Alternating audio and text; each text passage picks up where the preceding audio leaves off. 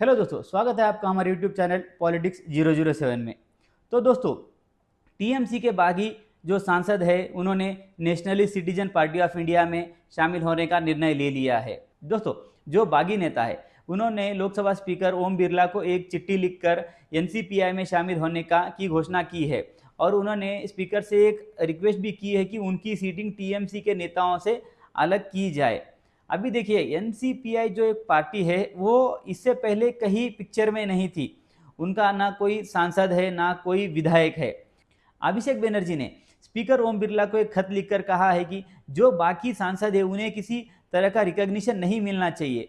और अभिषेक बनर्जी ने जो Subhash Desai versus governor of Maharashtra है उस केस का हवाला देते हुए कहा कि इन्हें किसी तरह का कोई अभी जो रिकॉग्निशन नहीं मिलना चाहिए। तो दोस्तों, अभी जो टीएमसी के बागी के नेता है तो किसी पार्टी में शामिल हो चुके हैं। तो अभी आगे क्या होगा, मतलब आगे अभी टीएमसी रहेगी या जो टीएमसी सिंबल है वो बागी नेताओं को मिल जाएगा। तो दोस्तों, इसे समझने के लिए हमें एंटी डिफेक्शन लॉ समझना पड़ेगा और उसके बाद जो हवाला अभिषेक बनर्जी ने दिया Subhash Desai versus governor of Maharashtra, वो केस क्या है और इस केस में अभी आगे और क्या क्या हो सकता है, चलिए एक एक करके देखते हैं। दोस्तों, जो एंटी डिफेक्शन लॉ है वो 52nd कॉन्स्टिट्यूशन अमेंडमेंट के तहत लाया गया है 1985 में। दोस्तों, जो एंटी डिफेक्शन लॉ है वो क्यों लाया गया था, वो इसीलिए लाया गया था कि जो 1960s और 97 में जो भी चुनकर नेता आते थे वो तुरंत पार्टी बदल देते थे जब भी कोई उन्हें किसी तरह का लालच दिया जाता था या किसी तरह की कॉन्स्टिट्यूशन जो मिनिस्ट्रियल पोस्ट दी जाती थी। उस कारण नेता हर समय, मतलब इलेक्शन जीतने के बाद तुरंत वो एक दल से दूसरे दल में जाते थे।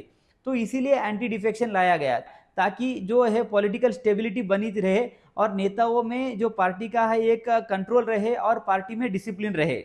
उस समय ये जो फ्रेज है आया राम गया राम उन नेताओं के लिए दिया जाता था जो एक दल से दूसरे दल में तुरंत शिफ्ट हो रहे हैं। जो आया राम गया राम जो एक फ्रेज लिया गया है वो लिया गया हरियाणा के जो एक एमएलए थे गयालाल।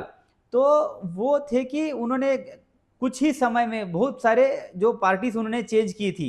तो इस कारण वो जो आया राम गया राम फ्रेज था वो आया था और उसी चीज़ को रोकने के लिए कि मतलब नेता जैसे ही इलेक्शन की रिजल्ट आए तुरंत लालच में दूसरे पार्टी में शिफ्ट न हो जाए, उसीलिए एंटी डिफेक्शन बिल लाया गया था। तो एंटी डिफेक्शन बिल में ये होता है कि जो भी नेता दल बदलता है तो उनकी जो मेंबरशिप है वो जो पार्लियामेंट है या विधानसभा है उससे डिस्क्वालीफाई हो जाएंगे वो। तो इसमें कुछ कंडीशंस है, तो देखते हैं वो डिस्क्वालिफिकेशन के क्या क्या कंडीशन है।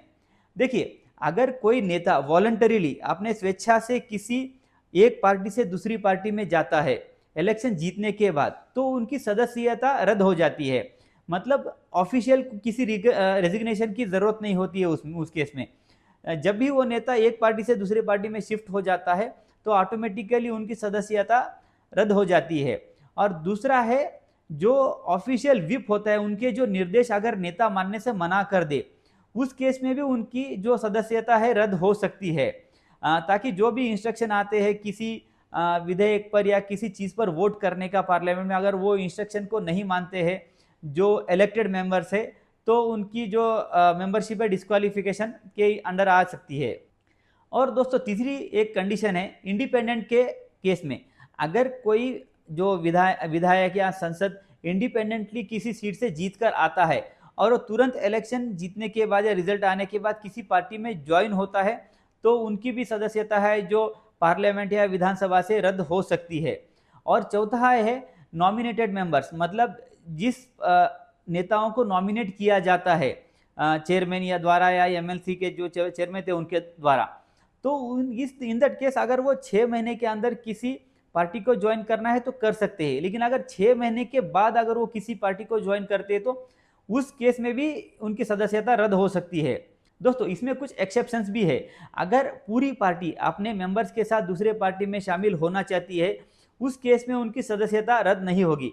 और जो सदस्य शिफ्ट हो रहे हैं एक पार्टी से उस पार्टी में उसमें से 2/3 लोगों का मानना जरूरी होता है।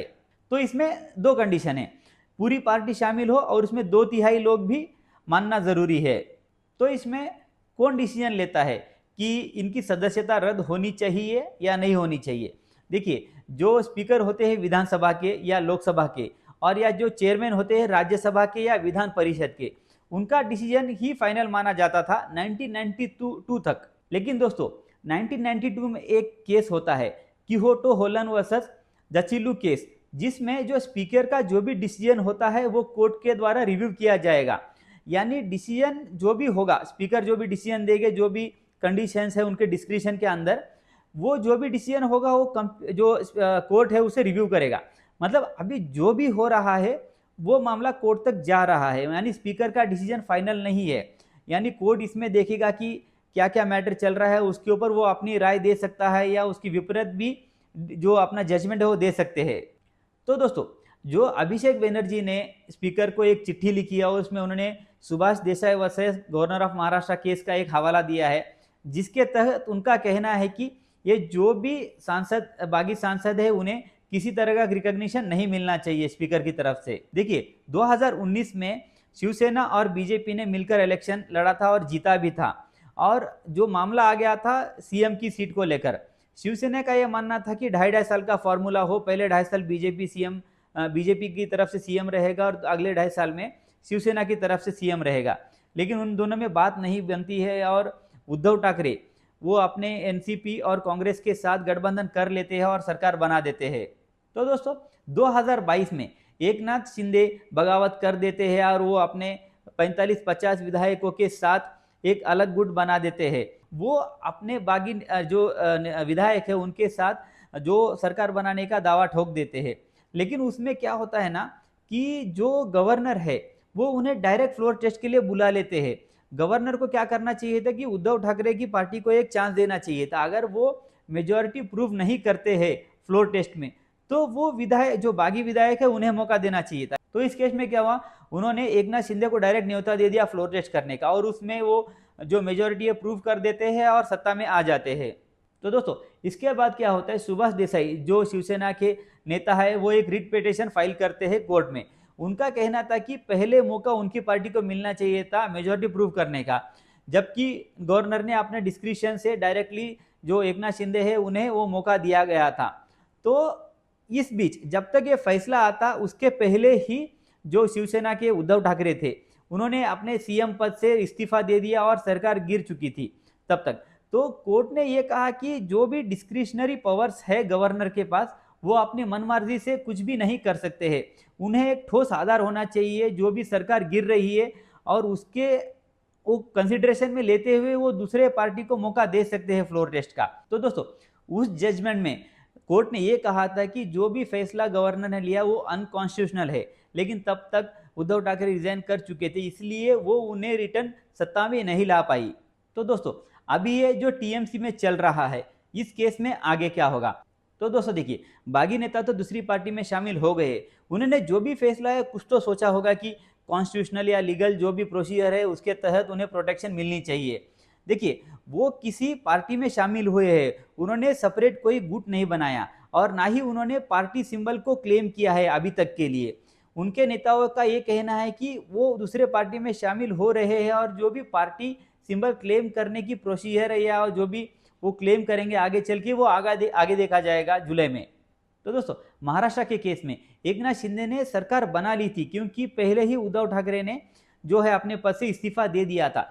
तो अभी यहाँ कोई सरकार है ही नहीं, सिर्फ जो बागी सांसद है वो 2/3 बहुमत से एक पार्टी से दूसरे पार्टी में शामिल हो रहे हैं, और ये भी तय है कि टीएमसी इस मामले को लेकर कोर्ट में जाएगी।